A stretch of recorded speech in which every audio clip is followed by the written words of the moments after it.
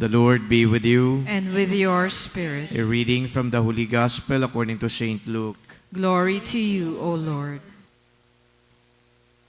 When a large crowd gathered with people from one town after another, journeying to Jesus, he spoke in a parable.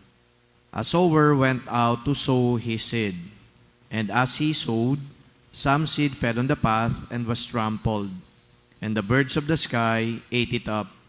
Some seed fell on rocky ground, and when it grew, it withered for lack of moisture. Some seed fell among thorns, and the thorns grew with it and choked it.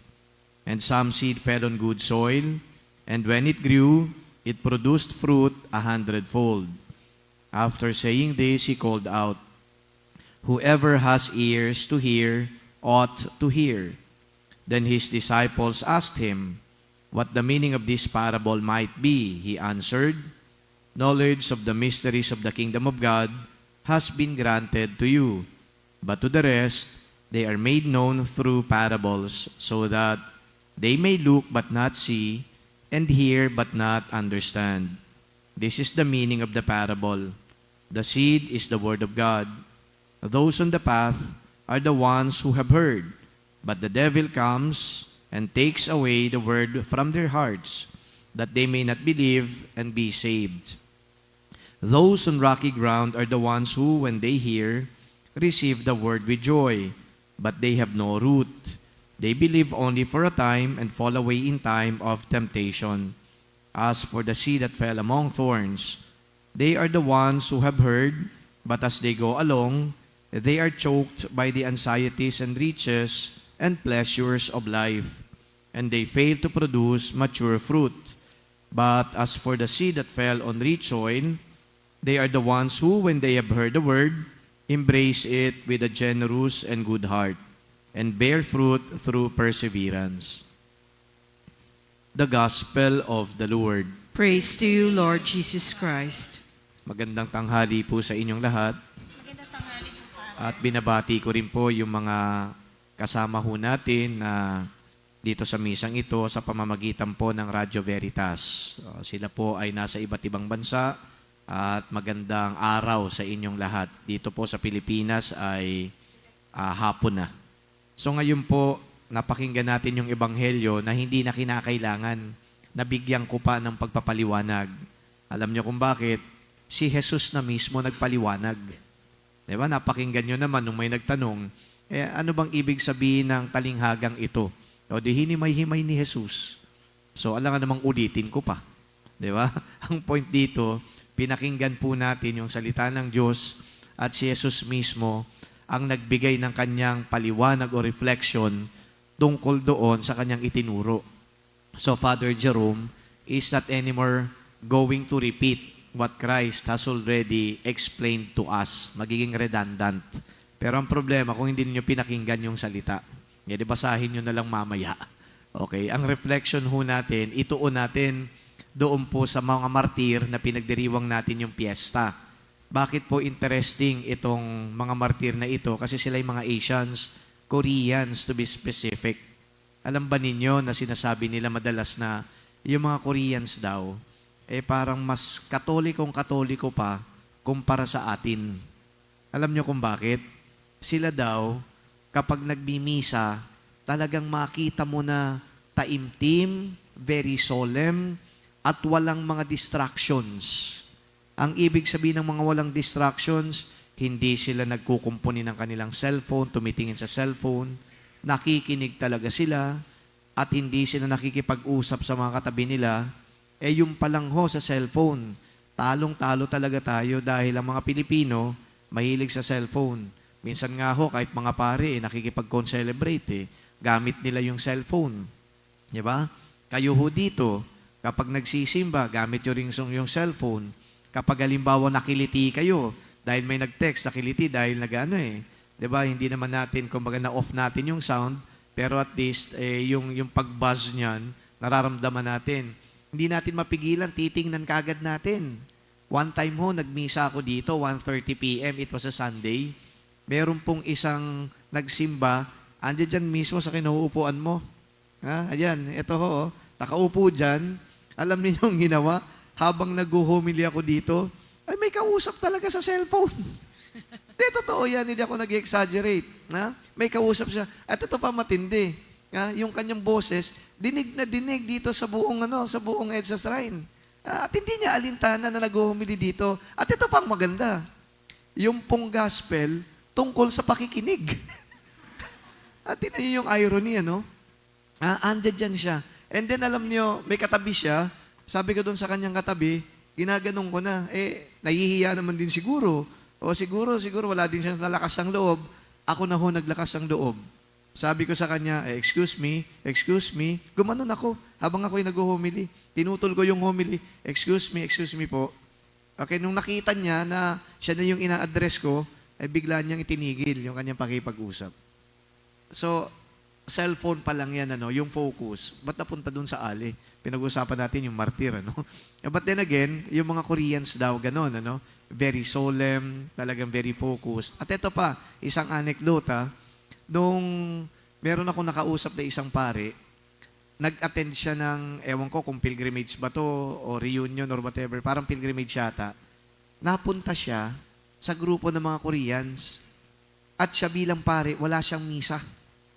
Pero siya'y nakipag-usap doon sa grupo ng mga Koreans na siya daw ay kung pwedeng makipag-concelebrate, magmisa.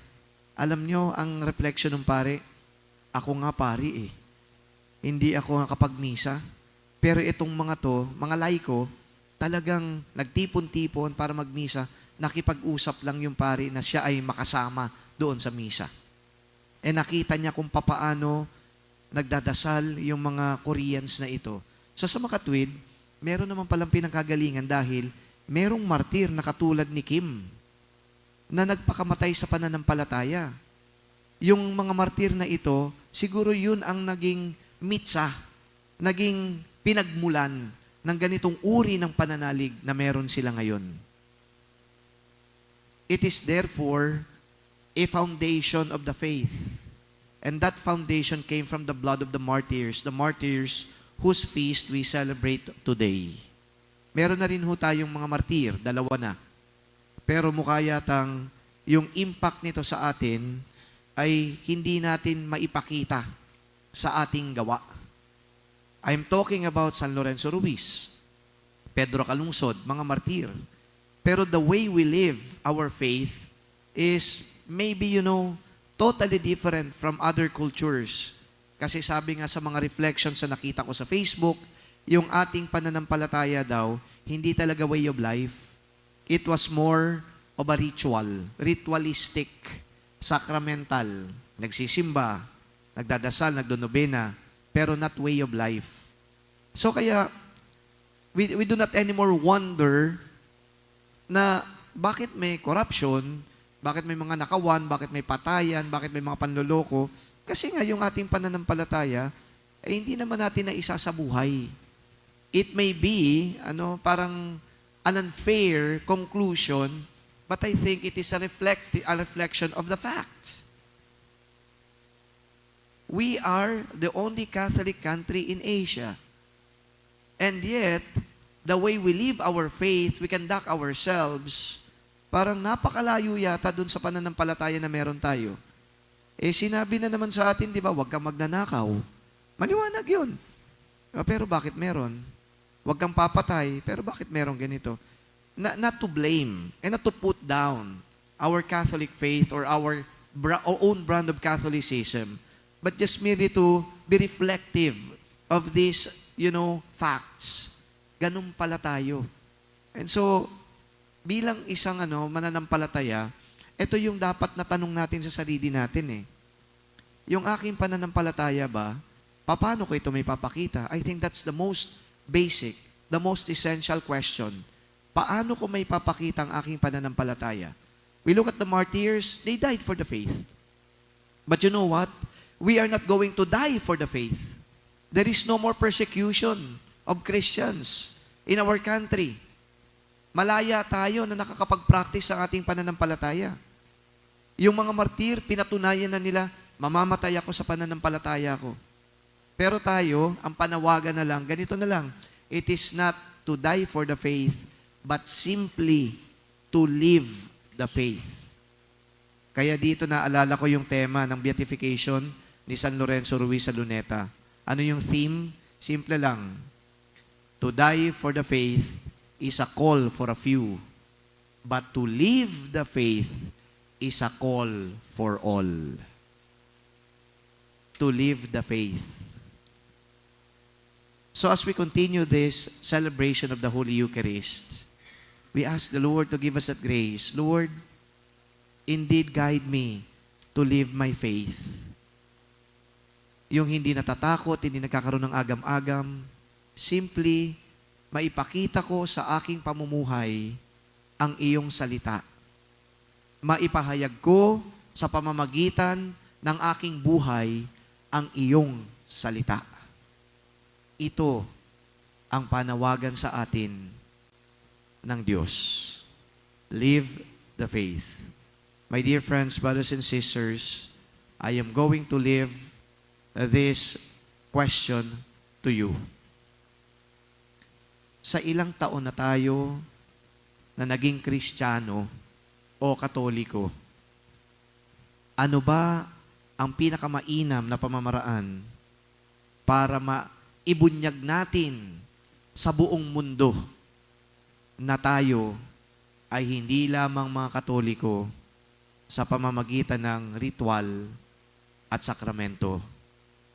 Ano ang pinakamabisang pamamaraan na makita ng buong mundo na tayo bilang mga Pilipino, totoong Katoliko, hindi lamang sa ritual at sakramento, kundi pati na rin sa gawa at pamumuhay. Amen.